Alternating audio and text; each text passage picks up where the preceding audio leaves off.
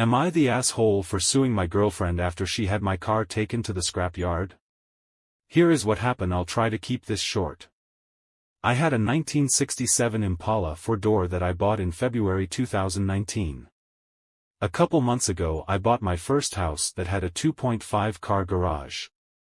I moved the car in and started tearing it down for a complete restoration. I had the body in one bay and the chassis in another, plus the whole garage filled with parts. About 2 months ago my girlfriend came to live with me during this whole crisis and the whole time has hated that car. She wants to park in the garage, but I have 2 acres of land with a lot of nice places to park under shady trees, or hell, even in the barn if it has to be inside. I tell her tough luck, it's my house and it's not like I can just throw it back together real quick. Anyways, I was out of town for a couple days on a business trip for the small local company I work for. When I got back, my girlfriend was all smiles. Making me food all the time, doing all the chores, all that. I thought maybe she just was happy to have me home, but then I realized that I didn't see her car in its usual spot. I asked her where she parked so I could make sure I mow that area and keep it clean, and she said not to worry because she parked in the garage. I asked how and she told me to go check it out. Turns out that while I was gone she hired some people to come over and move everything related to that car, including the drivetrain, body, and chassis in all parts, and take it to the local dump/scrapyard. I was absolutely dumbfounded. I had spent over $11,000 on that car including new parts, services, and the car itself. I told her that I was going to be taking her to court for that and she brushed me off like I was being dramatic. I told her that it's done between us and to pack her things and leave. I admit I was really angry, but I did end up getting a lawyer, and as I have all the receipts for all that money spent and I have her on my house's security cam footage letting the guys in and watching them take it all, I think I can win.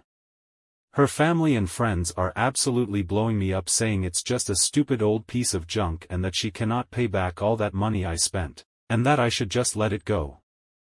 But I have been putting all my time, effort, and money into that car for 1.5 years now, and god damn it if I am not going to get justice for what she did. Ida. Edit. Thank you all so much for the support and awards and everything. I'm glad I have some people on my side. I got a call from her mom about 20 minutes ago and she told me that I was ruining her daughter's life over a stupid car. I told her she ruined her own life. I've been gathering documentation and stuff and I'm about to head down to the police station and file a report, as suggested by Lots here. Once again thank you all. Update: went to the police station last night, was told to come back in the morning.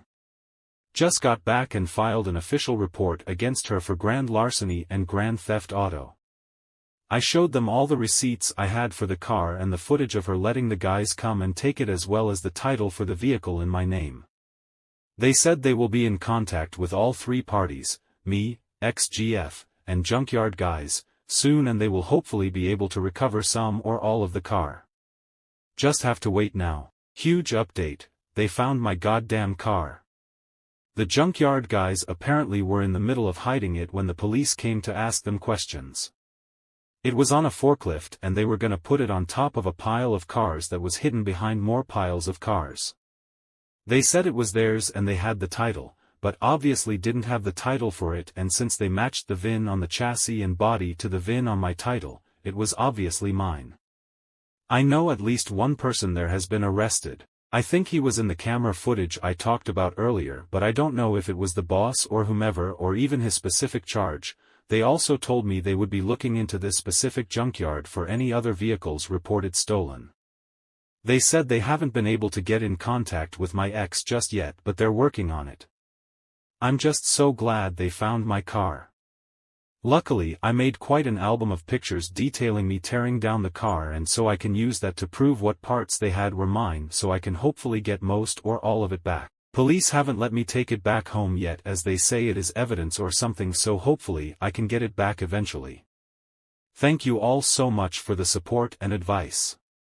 She's gonna be alright. Before we move to our second story, please like and subscribe, it will really help.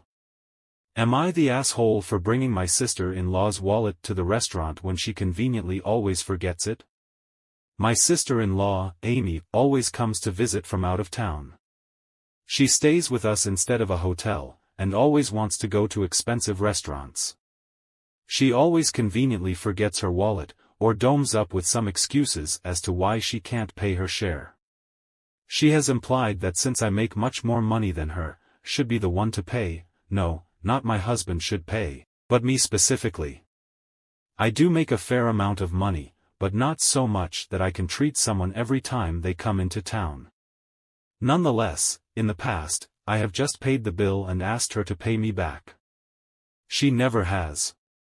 She had made a reservation at an extremely expensive restaurant last night, and before we left, I made it clear that I wouldn't be paying her bill. This is where I might be the asshole, and I'll admit I got this move straight from an episode of 2.5 Men. As we were leaving, her and my husband went to the car. I pretended I forgot something and went back inside. I found her wallet sitting right on top of her suitcase. I put it in my purse and we went to the restaurant. When we were done eating, I asked for separate bills. She said no, we need one bill, because she forgot her wallet again. I reached in my purse and said, "This wallet?" She was extremely furious. She said that I should not have touched or grabbed her wallet. So am I the asshole for taking her wallet and bringing it to the restaurant? Edit, Amy just called me. She saw this post and she yelled at me for badmouthing her on the internet. Honestly, I don't care. Amy, hopefully reading all these comments is a wake-up call for you. Okay, now to our last story of the day. Ever since my brother-in-law got cancer, my life has been put upside down. So about 3 years ago I met my beautiful girlfriend online. After a few dates we decided that we are officially a couple. We are both still very young, having been together for almost 3 years now. I am 21 years old while writing this, she is 20 years old.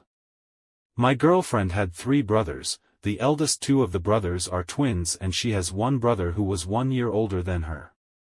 I really liked that guy, I somewhat saw him as a brother I never had. Unfortunately, 1 year into our relationship we heard the news that her brother has cancer. From that point on everything has been a roller coaster.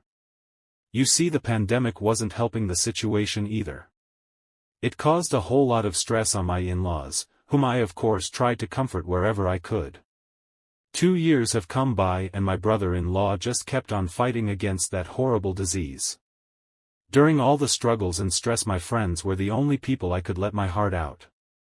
They sometimes didn't see me for months, but they always understood. February came along and it was looking up for my brother-in-law, so my girlfriend and I planned a hotel getaway just for the 2 of us. When I came home I heard some terrible news. One of my best friends took a whole lot of drugs and ended up in a coma. Together with my girlfriend we visited him in the hospital. My friend was only 20 years old at that time, hell, even I was 20. And yet there he laid, one of my closest friends, with a tube in his mouth so he'd breathe. 2 days later he died, declared brain dead. From that point on I was a wreck for 2 months, never been more insecure than then. My internship started around the same time my friend died, and it didn't last long. 2 months into my internship I was told to get my shit together, otherwise I would fail. The day after I received the dreaded call I was hoping to never get. The cancer had returned and it was terminal.